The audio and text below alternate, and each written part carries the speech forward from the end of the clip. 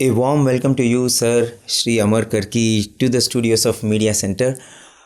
This week, we are going to celebrate in Prasanthi Nilayam the Golden Jubilee of Sri Sathya Sai Overseas Organization, Nepal, and thousands have gathered here.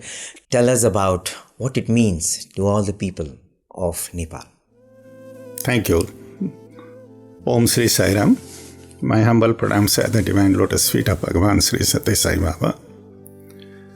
As you rightly said, this year we are celebrating Golden Jubilee celebration of the establishment of Nepal Sai Organization. We expect about 5,000 people to attend, devotees to attend, and till date, about 3,000 have already arrived. And we will be celebrating 3 days gratitude yatra from 1st December till 3rd December. On behalf of all the Nepali devotees, I extend invitation to one and all to attend this program, if possible physically, if not, then at least online. So tell us what to expect in these 3 days. Basically, our devotees will be offering gratitude to Swami for various reasons, for various things. First, he gave us birth as a human being. Lord Gautam Buddha has a beautiful analogy of human life, the rarity of human life. He says there is a blind tortoise in a sea, and there is a plank with a hole, about 3 inches hole, floating in the sea. And the blind tortoise wants to pass through that hole. So the chances, or let's say probability of that tortoise passing through that hole is extremely rare or extremely almost impossible. So similar is the case with human life. That's what Gautam Buddha says. So first, we are grateful to Swami, Bhagavan, for giving us birth as a human being. Secondly, we are grateful to him for giving us birth as his contemporary. And third, giving us wisdom to recognize him. And fourth, especially for Nepali devotees, I would say, to give birth in a country analogous to India, where he chose to descend. So tell us, how did this journey towards Sai from Nepal began? 2023 is our Golden Jubilee year. So obviously we started in 1973. But before that, nearly about one decade before that, the awareness about Sai started in Nepal. And bhajan at a couple of places started sometime around mid-60s. Our people, they attended First World Conference in Mumbai in 1968 and requested the authority for the accreditation. And it was in 1973 that the first Sai Centre was officially recognized or accredited by Prasanthi Nilayam. That is how the journey started. How you got involved in the Sai Organization and started coming to Prasanthi Nilayam? I had started believing in Bhagavan, Baba, but I was not keen to join Sai Organization as an office bearer for various reasons. One, I had just left my lucrative government job. Second, I was doing international assignments for United Nations at various countries. And third, I thought I was not cut out for a spiritual organization. 25 years back, exactly 25 years back, Brother Hira, who was zone chair that time, now he is a trustee of the Central Trust. He had come to Nepal to take part in that Silver Jubilee celebration. Somehow, I don't know how he spotted me, but he offered me, before he left Nepal, he offered me vice chairmanship, national vice chairmanship of the National Council. Suddenly, I was not, as I said, I was not ready. And I was not interested also. So I put my argument saying I'm not interested. He said no. I mean, that dialogue went on for 2 hours, and ultimately I had to relent. I relented and accepted. After about 2 years, I was in Iraq, in the United Nations office as consultant. There I was taken hostage by the terrorists, and somehow I escaped. And that day happened to be my birthday. The person who was always with the terrorist, nothing happened to me. So instantly I thought it is Swami who saved me. I resigned the United Nations, is such a lucrative job, immediately, and came back home. I don't know, it must have been Swami's design or chance. But now I believe that nothing is chance in this world. I say this is Sai Yoga. It's not Sanyog, Sai Yoga. That I was made chairman of the National Council in 2001. And since then I am in the organization. This is how. And after that I plunged myself into Sai Organization.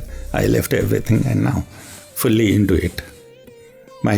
My Sai work starts the time I wake up and ends the time I go to bed. What is it that is pulling all these devotees to Swami? Well, it so happened, as I said, in 1973 we started officially. Until 1998, 25 years, the growth was very modest. We had only 23 centers. Then our team stepped in. As I said, I was appointed as vice chairman, and some new faces also came in with me. And we started various other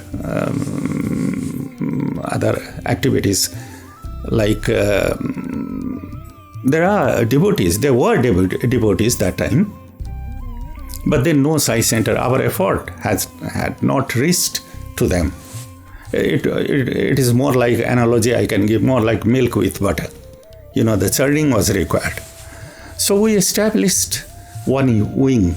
We call it, still that is very active, we call it Service Extension Wing.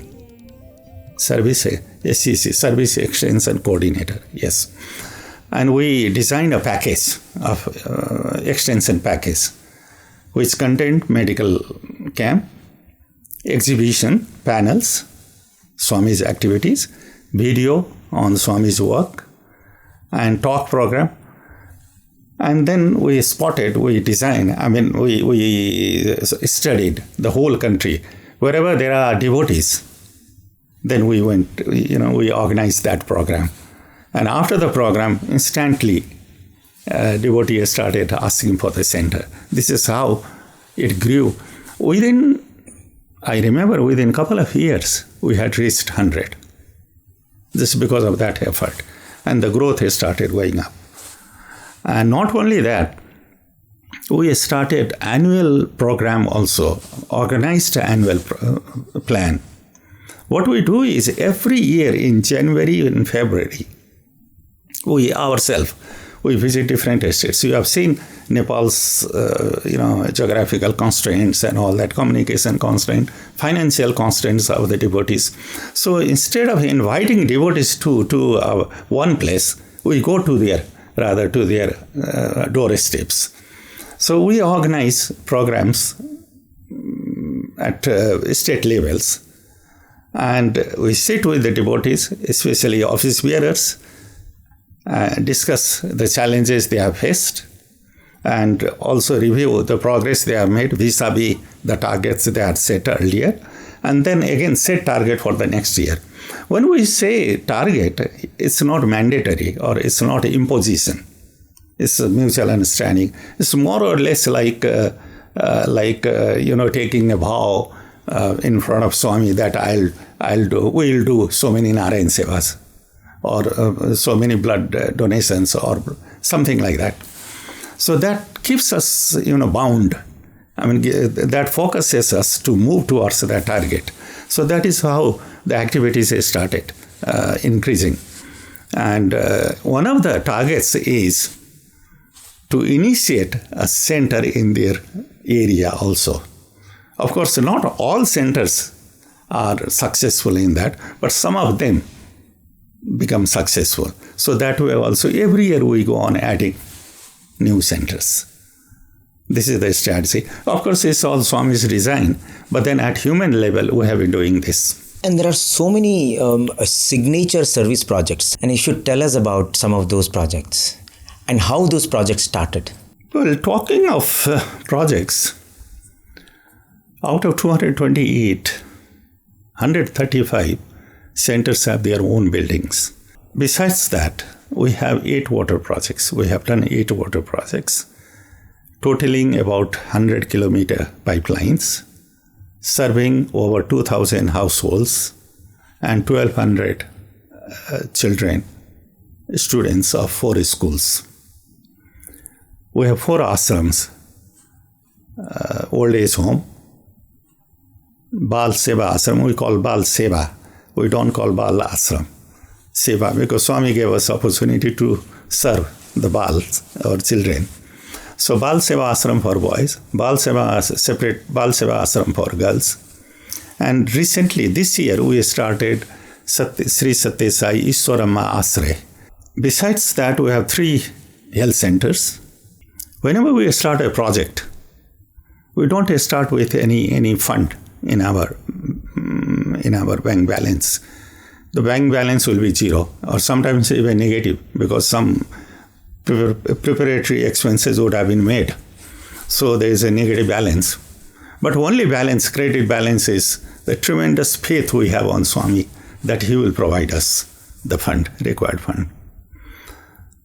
And I tell our people, my friends, sometimes they get nervous. Well, we started this project, there's no money, and how to do that. I say, look, the project we started not in the name of Amar Karki or somebody else. It is in the name of Sathya Sai.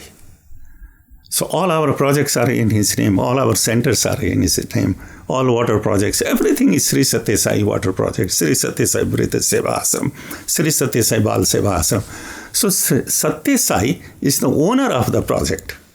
So as owner, it becomes his duty to provide fund, and which he has been providing, interestingly. So the fund has never been a sort of, cause for concern or has never been an impediment in the construction of the project. He has been providing us. The recent project, the biggest, I would say so far, the biggest project, the Pokhara school, which we completed at a cost of 12 crore rupees, Nepali rupees. It was estimated to be around 15 crores. And we had organized a top COD on a Zoom meeting, Zoom meeting. Next day, a lady, unknown lady from a small town, she calls the chairman of the school, and she says, introduces herself as a worker in a company, drawing about 9,000 Indian currency per month, and with similar income of her husband, they are barely able to meet their monthly expenses. And then she offers, she says, if I work for 1 hour overtime, I get 1,700 Indian rupees per month. I can earn more. That I'll donate to the school. And she did that continuously for months. Well, while saying, I'm getting sort of emotional. So if we need, let's say, 1 lakh rupees, 1,700 she gives. 98,000 Swami sends. I'll give you another example also, related with this project, school project. We involve our Bal Vikas students and youth also. we told them, each Bal Vikas student or each youth, you have a target of, donating one block, cement block, which cost about 32 rupees, Indian rupees per block. But the condition is that you cannot ask your parents for money. You have to save from your pocket money or whatever money you get. They collected that way fund and they donated to the school. Exactly, the amount was exactly the same as required for 20,000 blocks. We required 20,000 blocks, the amount was exactly the same. We encourage our centers to build their own building because then that gives a permanency.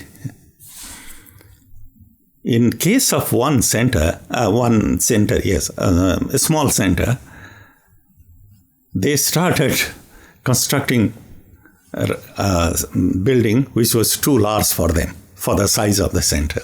So obviously they had problem for the fund.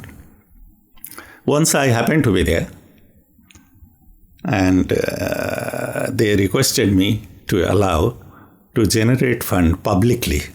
In Nepal, I don't know in this part of the world, but part of India, but in North India and Nepal, Bihar, UP and Nepal, there's a system of organizing Saptaha, we call, Bhagavad Saptaha, and then they generate crores of rupees. So they wanted to do that. I said, no, don't do this. You follow Swami's instructions. Swami will give. They said, where will Swami give? He is in Puttaparthi. This is a long time back, 20 years back. He is in Puttaparthi. How can he send us money? I said, no, don't worry. Have faith, complete faith on Swami.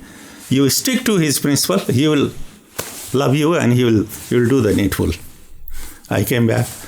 After about few weeks, one gentleman goes there. He attends bhajan. He's a newcomer.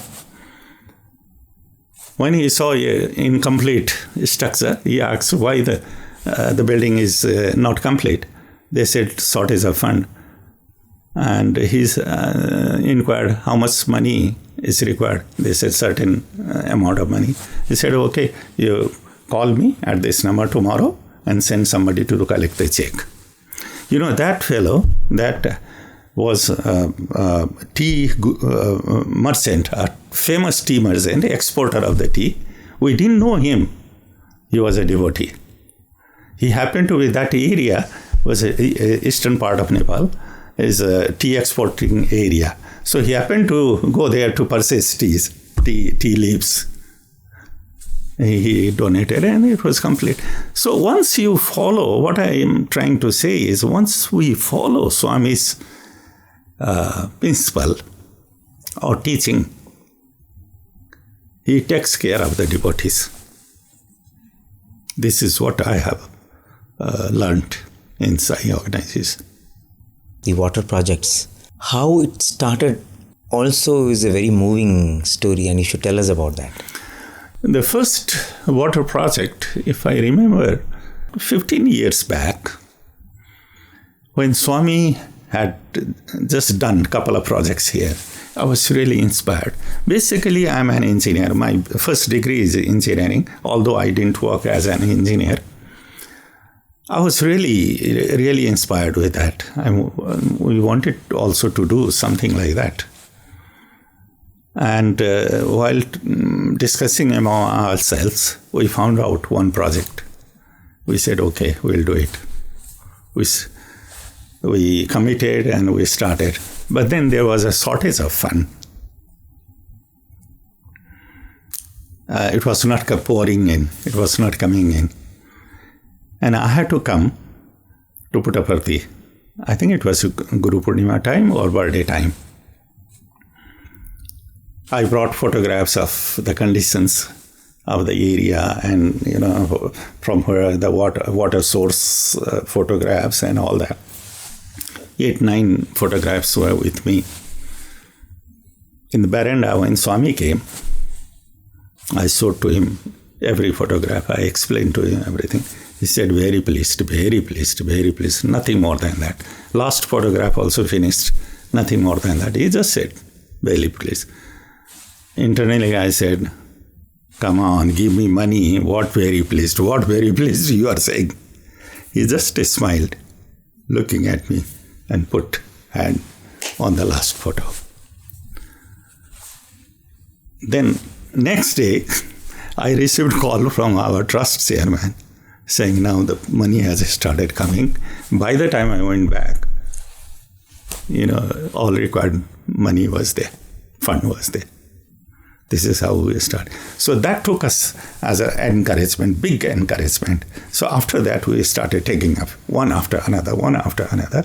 And during this centenary plan, next 2 years, we are going to take up 4 water projects. Out of 4, the foundation stone of 1 has been laid by Sri Chakrabarti sir when he was there in Nepal 6 weeks back, and 2 we'll be doing during this yatra time. So another 1, we are still in the preparatory stage. And we have confidence that Swami will provide us the fund for all the 4 at a time. You can tell us about the Sangli water projects, how it started. Yeah. In our organization, we have a unit which scans newspaper. You see, in Nepal, there is no dearth of seva opportunities. Especially almost every day, in some paper, we see a person is dying because of medicine, person is not able to take care of a 1 month old child, or something like that, something. As soon as we know about that sort of incidents, our people rush over there and then either rescue or we provide necessary inputs. Once I was going through a major newspaper, I read that in a village called Sangme, there is an acute shortage of water. Obviously, I was very much interested. I talked with our people and then we made a plan to visit the place. You have seen that place. Now that is, I would say, compared to 5 years or 6 years back, it is very, very developed now. When we went there for the first time, there was no road. Literally, we had to make roads ourselves. And at many times, our vehicle was sliding back. So you can imagine what plight we must have gone through. Everyone was holding the seat very tightly and chanting Sai Ram, Sai Ram, Sai Ram, Sai Ram. I don't know how many thousand times Sai Ram I must have chanted or our people must have chanted. Anyway, we reached there. When we saw, our heart really broke down. This is a tribal area. They don't have water, no electricity, no road. So we said we'll do it. Although it was a daunting task, we had to bring this. In this project also, we had to bring water from 9 kilometers away, natural spring. But we said we'll do it. We took up the project. Now, in that tribal, the custom of that tribal area is that they start their day with alcohol, totally drunk. Men, women alike. And child marriage is a common thing for them. I have seen a girl, 19 years old girl, with 5 children in that village. 5 children. So when the project got complete, the water at hand encouraged them to cultivate their own vegetables. So the economy also went up. Now some of them are owning trucks. 2 of them are owning, 2 families, they are owning trucks. And people who were drunk, who used to remain drunk whole day, now have started doing Sai Bhajan. And we have a Sai Centre there. And about 100 Bal Vikas students. We train teachers of the school in Bal Vikas teaching, made them Bal Vikas Guru, and they have started Bal Vikas. Tell us about the work in the education area. Now you have a very beautiful school in Pokhara. It's about 22 years old, but it was in a rental premises. Recently we completed our own building and then shifted the whole school into this one. There's another one in Kathmandu in our own premises. So we have got 2 Sai schools in Nepal, but then there are other affiliate schools also. They are following Sai principles of education. So that way we can say 4 or 5 schools are following Sai norms as far as education is concerned, or imparting value education is concerned.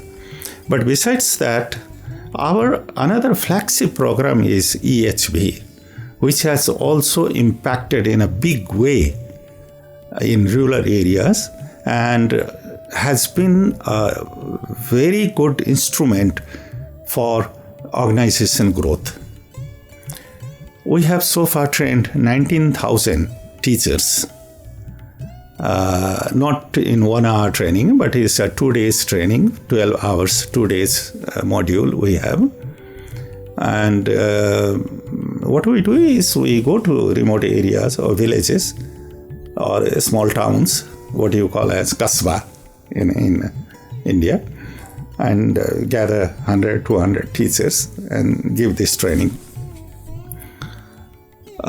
More than often in rural areas, the teachers are of social, communist backgrounds, or from a background which doesn't believe in God. So many times we had to face, obstacles also, impediments also. I remember one incident, 2 incidences I'll narrate. One was very close to Tibetan border, a trans-Himalayan area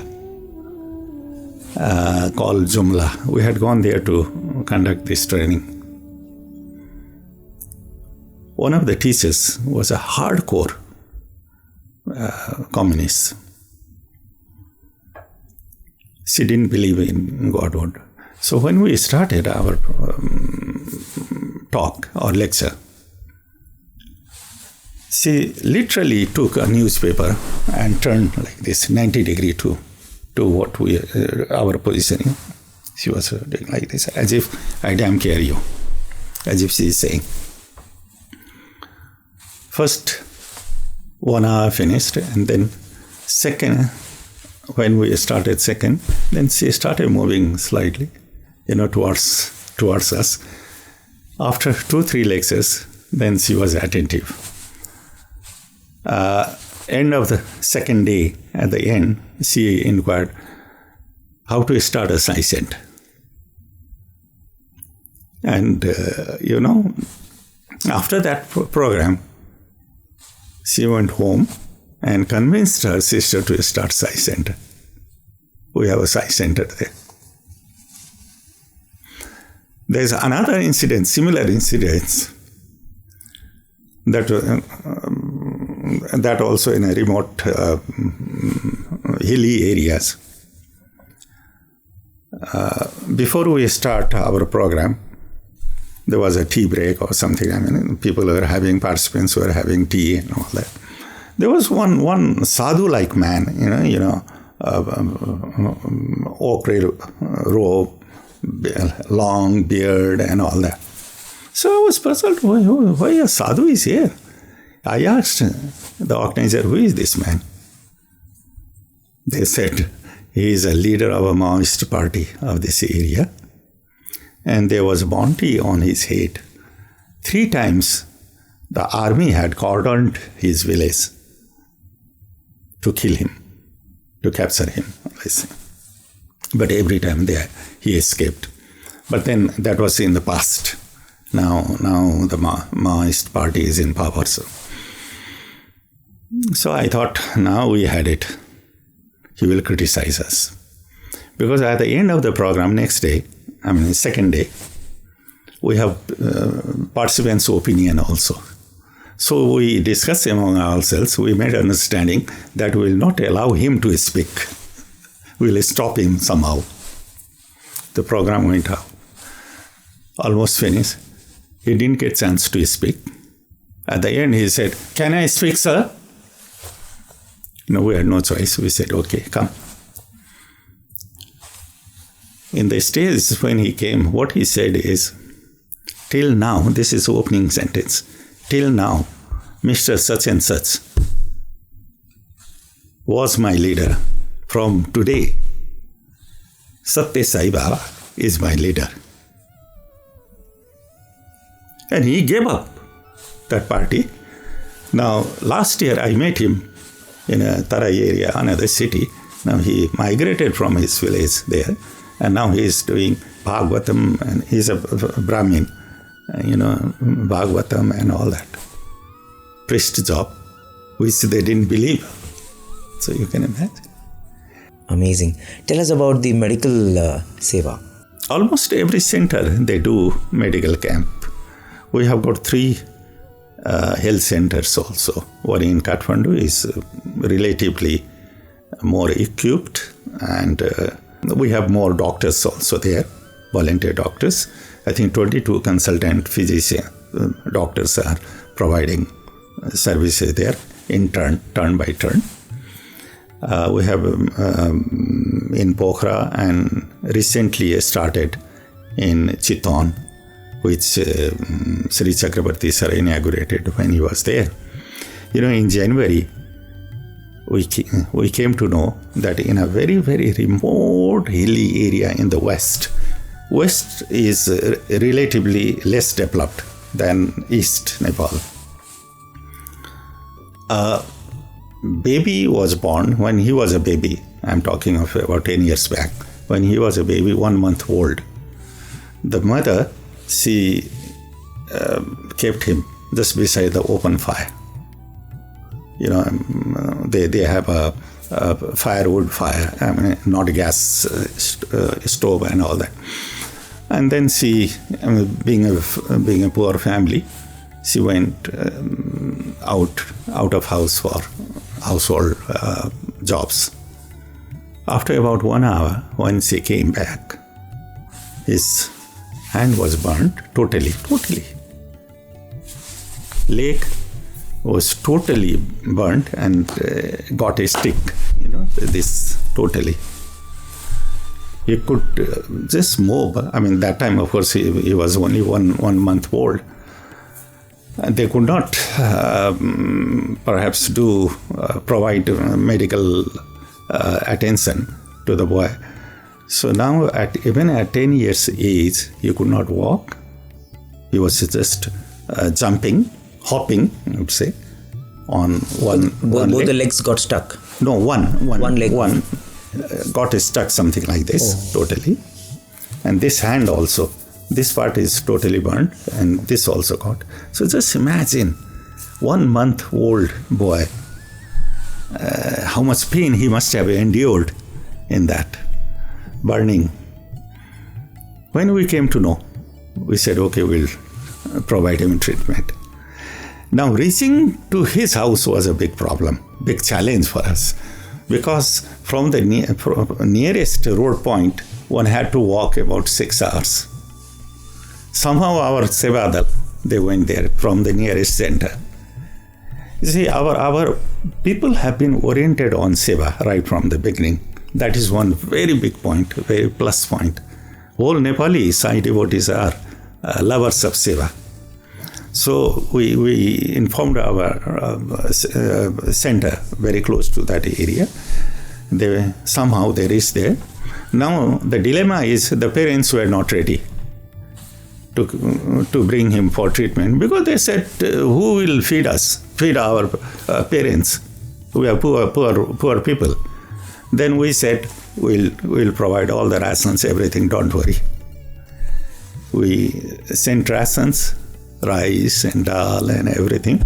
Then he came to Kathmandu. We brought him to Kathmandu, his father and the boy. 8 months, several operations were conducted, and now he can move with two hands. Wow. And when Chakravarti sir was there, he saw that boy. So for 8 months, we provided our seva to him. And we encourage our centers to have patients' rest house, we call it. In Kathmandu also we have, in Pokhara, at several cities we have annexed to the center building. Because in village, if someone has to go to city for specialized treatment, it is very costly, so they cannot afford. So for them, we provide shelter, food, everything. In certain cases, even cost of the medication also. So like in this case, entire cost was borne by the Sai Organization. And you also have a lot of youth as well as Sai alumni, very active in organization. We have many programs to motivate youth. In fact, to keep them going or invigorated. Again, we have the largest number of youth, Sai youth, in the country. They are active in seva, in Bal Vikas Gurus, mostly, and Vajan also. So now that we are celebrating the Golden Jubilee, and I think all are here very excited about being in Prasanthi Nilayam, I think many of them who are coming now probably are coming for the first time. Is that so? I would say more than 50% first time. Many of them. And this is going to have a huge impetus in the Sai movement. Yes, definitely. Huge impetus, huge impact. Well, this is a testament, I would say, for the love of Swami. Because people who have not even seen Swami, they are coming here. How do you look ahead as we move towards the centenary celebrations? Nepal has been doing for the last 20 years organized, planned activities. We always plan. Of course, in Sai Organization, we should not be talking a plan because Swami is there. He is the doer. In Gita also it is said, Ahamkara vimudatma karta hamiti mannete. I mean, we fools, we think that we are the doer, but ultimately it is he who is been doing. But then at human level, or to make our things more professional or easy or efficient, we plan our activities. And since many people are coming, it will have a good impact at different places. So maybe that will help us in starting new Sai centers in the future and propagate the message of Sai in different parts of the country. Finally, what would you like to say to all the Sai devotees and the Sai fraternity on this sacred occasion? Well, many people say that it is Swami who is doing. Everybody says that. But I think most of the people, they believe in that. I mean, Swami is doing. They don't have faith. I mean, very few have faith on Swami. There's a difference between belief and faith. St. Augustine has said about faith. Faith is to believe what you don't see. And reward of such faith is to see what you believe. So once you have a strong faith on Swami, whatever hurdles you may face, ultimately Swami is there to take care of all the roadblocks and everything, clean the road and make your movement smooth. So what I am trying to say is one must have not faith, but not belief, but faith, a strong faith on Swami, that he is there, he is behind me. It's a very powerful message for the entire Sai fraternity. Thank you so much. Thank you, sir. Thank you, and thank you, media team also, for giving me this chance to express my feelings. Sai Ram, thanks.